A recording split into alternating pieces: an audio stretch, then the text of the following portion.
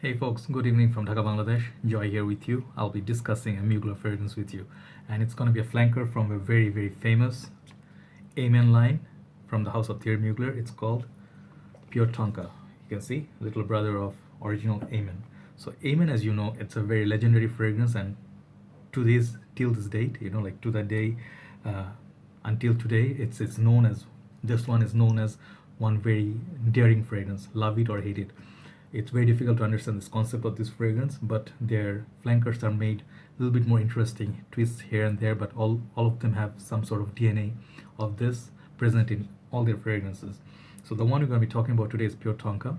It's my newest purchase, but it's not a new fragrance. It's from last year. I'm a little bit late in catching up, but it's okay, no problem. So last year when I was in Malaysia, I was doing last second shopping before I left for good.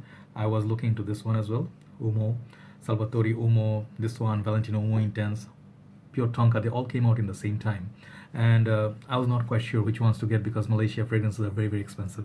So I really had to make my choices. So yes, this one I got recently, and I actually planned for this because this is a winter baby. This fragrance, it's very difficult. Most of the fragrances from Mugler line, they're very difficult to wear in the summertime.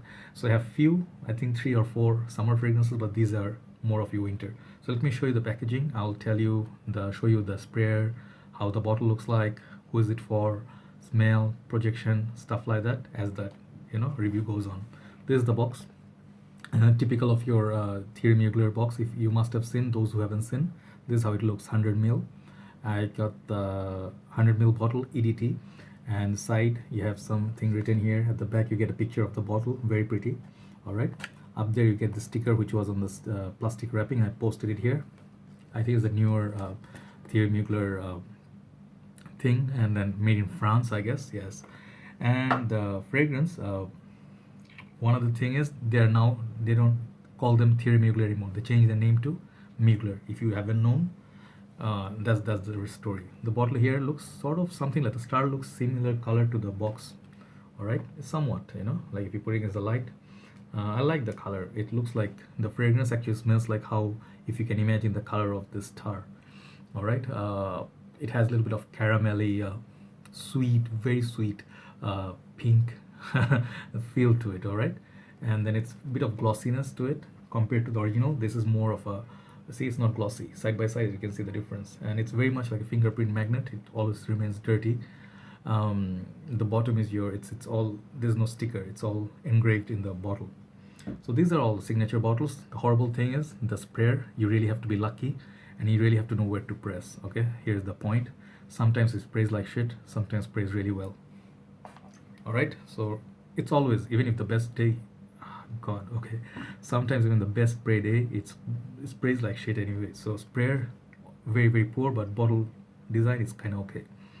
So this fragrance was my fragrance scent of the evening and night, because this is a very potent fragrance. First of all, this one lasts a long time, and this, let me tell you, first of all, this is very cold weather scent. If you're planning to wear this or buy this for hot countries, you really have to be a Mugler fanboy to purchase this and own it and use it. Because if you wear this in the high heat, this stuff, if you wear in the high heat, you are doing it wrong. You are committing an offense. This time, okay. So season for this, it's a cold weather. Longevity and performance, let me tell you, keep it out of the way. It's beast mode. This is one of those monsters. If you put more than 2 to 3 sprays on yourself, this is gonna be choking. Especially in the hot weather, if you wanna wear, go half spray just to enjoy it. All right, but don't wear in the cold hot weather at all. Who can wear this? Men, women, everyone. This is, I believe, it's because of this sort of sweet fragrances. This is sort of like a cold weather fragrance. It's fun, and it has that masculine feel to it. But I believe both men and women can wear this. Age for it, a little bit mature nose. I think 20 and up. Even though people say this feels like everyone can wear it, but I kind of don't see that. Every Mugler has some sort of maturity about them. So this one, I believe, a little bit mature, 20 and up.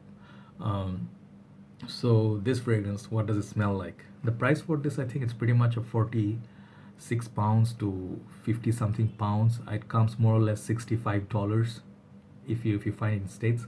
So if it's brand new, you have to pay more like $80, which is okay for designer for 100 ml.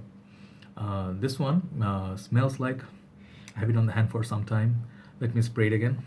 Just remind myself of the, wait, not here. Let's spray on the paper just to tell you about the top note. The top note is somewhat very, very strong and spicy, but as the time goes, the dry down is different. Oh my god, the sprayer is just awful, god awful sprayer. Okay, so give it some time. When you sniff it first time, it's very intense. It comes at you from every single direction. You cannot like overspray this stuff. Let me just be very, very honest. If you plan to overspray this, you're just gonna regret it. Let's just put it that way. This opens up very strong, sweet.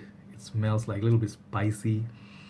I would imagine something like a, honestly speaking, first thing that comes to my mind is Halloween and Christmas. Those are the two times this I feel it'd be perfect. It will fit the bill. Ah, lovely. It's just lovely. It's for people who love gourmand, sweet, and a little bit powdery scent. This would be ideal for those kind of people on the very cold day or night. Nighttime would be perfect, better. It has so much depth, it has so much power. It's a thick fragrance. It's like a layer of fragrance is gonna be on your skin like trusted buddy. So let's say, oh, strong. So let's say on a dry down, what I get, I love more than what I get on the opening. Opening is a little bit spicy. So on a dry down, the spiciness a little bit goes away, and you get a little bit of gingerbread cookies. If you know what those are, you love that, and you like little bit spices or cinnamon, like cinnamon powder on the top of that. Or imagine like if you like tiramisu, it doesn't smell like tiramisu. It smells like also like coffee, but sweet coffee.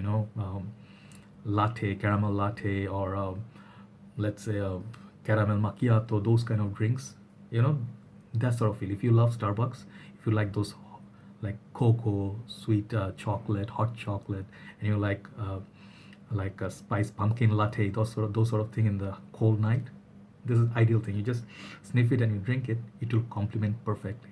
It has that powderiness, I believe is coming from lavender. I believe so, I'm not sure. And the tonka bean is just amped up. If you know Fave Delicious from Dior line, if you know what else got tonka bean, I believe they have Bond Number 9, New Harlem, that smells like this, they say. I never smelled it. And Michael Jordan cologne for him, also believe they say some similarity to this. Never sniffed them, so I cannot tell. But this one I love a lot. This smell is strong. Versatility on this is kind of poor. I would never recommend this to wear this in the hot weather. Nighttime, cooler, rainy nights, yes, you can. This stuff is really bad for the heat. Okay, so if you're planning to wear something all year round, versatility is poor on this. 5 out of 10 or 4 out of 10. Only time I can see you, colder it gets, this is gonna become a gem because it's gonna last you that whole day, believe it or not. Projection on this, it's pretty strong. 2 to 3 hours, you're gonna get strong, solid projection, and over longevity, I'm getting like 7-8 hours easily. So that's pretty solid for Bangladesh condition. Okay, so what else you can wear this? Because the dry down on this, it will remind you of a lot of dry down of the original Amen. Okay, and it reminds me a little bit of pure malt. Little bit, because pure malt has that sweetness in the dry down as well, but not the whiskey note. So the focus on this is for very particular people, gourmand lovers, sweet tooth, and also you like your bit of spicy, strong, potent scents. If you don't like any of those, avoid this. This is sort of like those daring scents.